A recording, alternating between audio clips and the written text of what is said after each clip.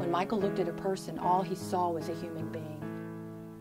He didn't get that. You know, he didn't get how people could be cruel to people.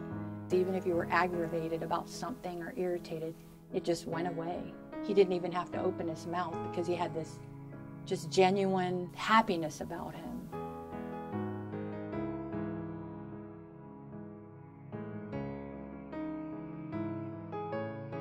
Come on, walk.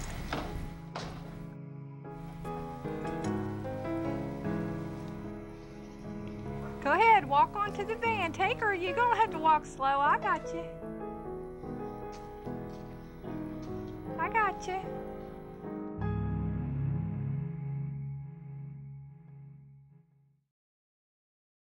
Michael was really innocent. He was just an innocent soul. And it was very obvious when you were around him. He was a little different, a little quirky, really, really nice manners, and smiled all the time. And people would always compliment his manners, and that was kind of neat, you know. So, but a genuinely kind, thoughtful young man, he really was. Oh my God. That's so adorable. And to see his little tiny baby shoes, and then his big old feet. Yeah, I had these on my dresser for a long time.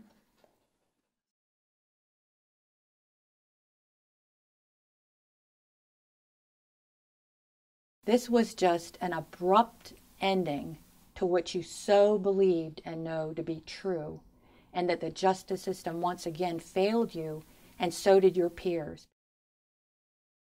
This is what's left of a fire that struck around 2:30 Friday morning, while many of the dorm residents were asleep at Murray State University near Paducah.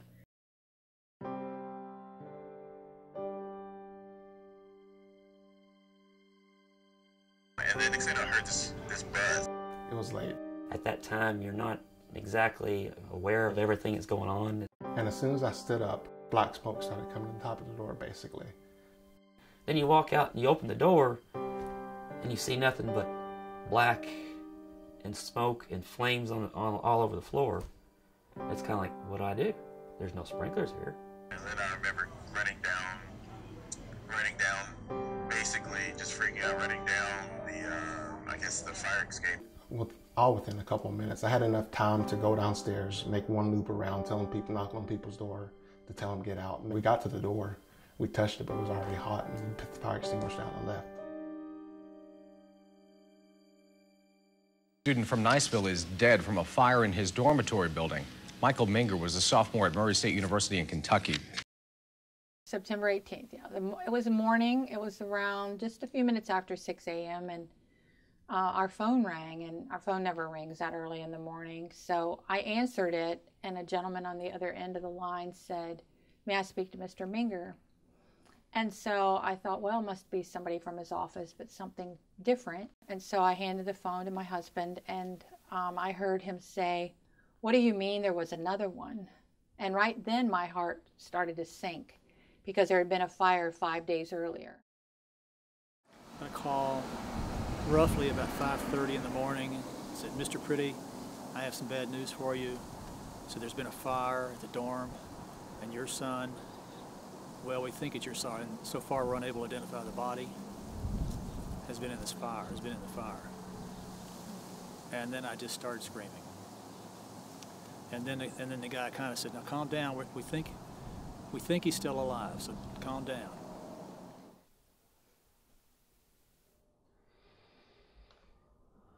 Well, some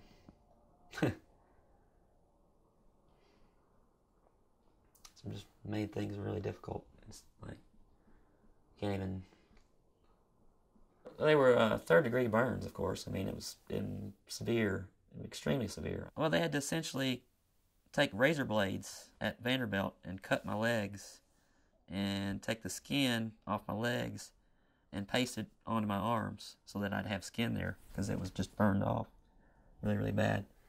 Actually, I had about 35, I think it's about 35% carbon monoxide level. When like 40%, you're dead. You get 40%, you reach 40%, you're dead. I had like 35 or maybe even higher than that. I know it was at least 35%. I guess the only fact that, the good part was that he lived, which we weren't certain that was going to happen, so. I did find out a couple of things that were so unnerving that, put me on my hunt basically for finding out the truth, because this university had lied about just about everything. And I didn't want to believe that because we had chosen this school.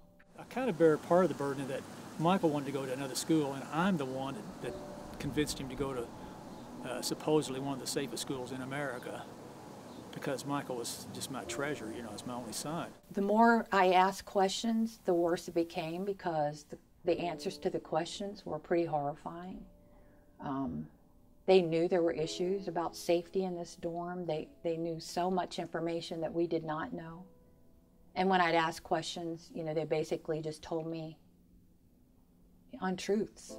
And virtually every one of them told me, well, they told our family not to worry about a thing, that they would have people with us to ward off the media, so so that we wouldn't have to worry about the media, what to say, that they would take care of that. Everything had to have gone wrong that went wrong for Michael to have died in that fire, and everything went wrong because the university allowed all of those things to be amiss for that many years. As soon as the media left, then they mailed me a letter that said, we're not taking care of anything. And they never did. Not one penny of anything. It was as though Michael never existed. I called him. I begged him. To help him, to let him stay at the school for a while so he could have some continuity in his life. They wouldn't know. No, he's not allowed to sit in the classroom. He's not allowed to be there, period.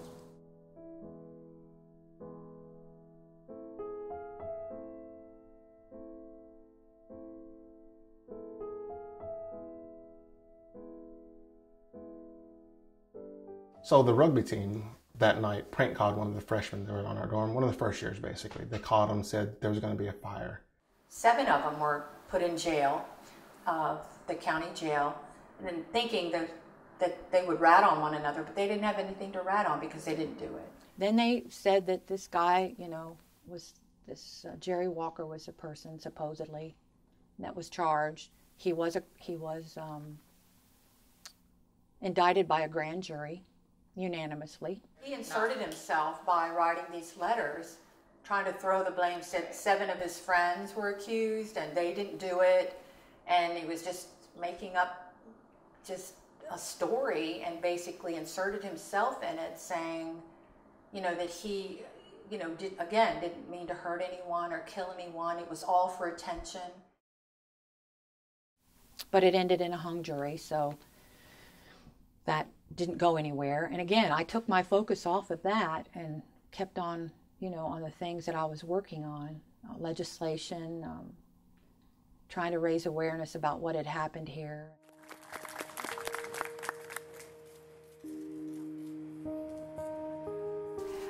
The Michael Menger Memorial Foundation was started in 2005. It started after thinking about what I really could do to minimize risks for other students on college campuses and dealing with fire safety and so forth. We raise money in order to help students who have either been affected by fire or have any type of disabilities and need financial assistance to help them with their college career.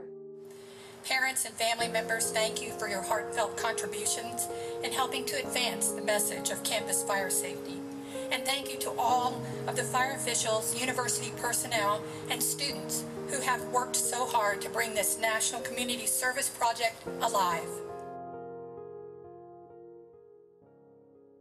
I was in Atlanta in 2012, actually going to get a sandwich, and I'd stepped out of my car in a parking lot, and my phone rang, and it was the state Commonwealth attorney saying that, Mrs. Menger, we wanted you to know before you heard it from the media and all that we're taking this case back to trial. We did change the one of the charges from murder 1 to manslaughter, because the grand jury really wants to get this person and felt like the other charge, because I think everyone believed that he did not intend to kill Michael. Michael's death was a result of arson 1, which is, carried 20 years, mandatory in the state of Kentucky. The state did an unbelievable job the second time around. They really had done their homework. They had a intelligence analyst on the case that did a superb job and won an international award for the work they did on Michael's trial. We had a receipt and video from a gas station where our suspect was purchasing a gallon of gas and Twizzlers. And that's what the receipt showed. They have film of him at the Marathon gas station buying $1 worth of gasoline at 2:04 a.m. He does not put it in his car. He pops the trunk.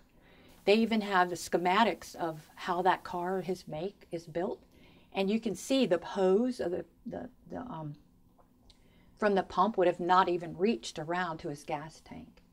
But why do you pop your trunk? And then, of course, we had the video footage, the actual video, and then we had still shots of him in a baseball cap and shorts. And Kentucky State Police went to his house and took those items from his house, so they knew that it was him in the video. The letters, there were 6 letters that he wrote that were anonymous letters. And in one of the letters, he mentioned a white plastic bucket. So we had a picture of and we actually had the plastic itself. It was melted plastic. But in a picture from the first fire, there was a white plastic bucket right outside his room in the corner. And after we arrested, the defense only called one witness, and it was their expert fire person, and he said there was no way that 1 gallon of gas would do that much damage. So that was basically his whole testimony. We had our expert witness, and he was saying that a gallon of gas would be enough. And it seemed like the jurors were really understanding kind of where we were coming from, and the defense rested, and they went to deliberate. So the trial went really well. I mean, they had really done their homework. The presentation was so much better than the first trial. And I don't think there was any doubt that he was going to be convicted. No doubt at all. And so I really thought, based on circumstantial evidence, that he would be convicted, basically. I mean, no one does things like that. I felt like, wow, here's point A, point B, point C, point D. This guy's obviously did it. I mean, there's no doubt in my mind that he did it. I can say that with a clear conscience that he started the fire. It was so obvious. Michael and I went in there with totally, tried to have a total, innocent until proven guilty. And there was not a doubt in either one of our minds that this fellow was guilty. Under verdict A, count 1, you state, we, the jury, find Jerry Walker Jr. not guilty under count 1 of the indictment, signed by Freddie W. Hines as foreperson. Is this the verdict of each and every one of you? And do either of the attorneys wish to have the jurors individually polled? No, Your Honor. Under verdict B, count 2, we, the jury, find Jerry Walker Jr. not guilty under count 2 of the indictment, signed by Freddie W. Hines as foreperson. Is that the verdict of each and every one of you? And do either of the attorneys wish to have the jurors individually polled? No, Your Honor.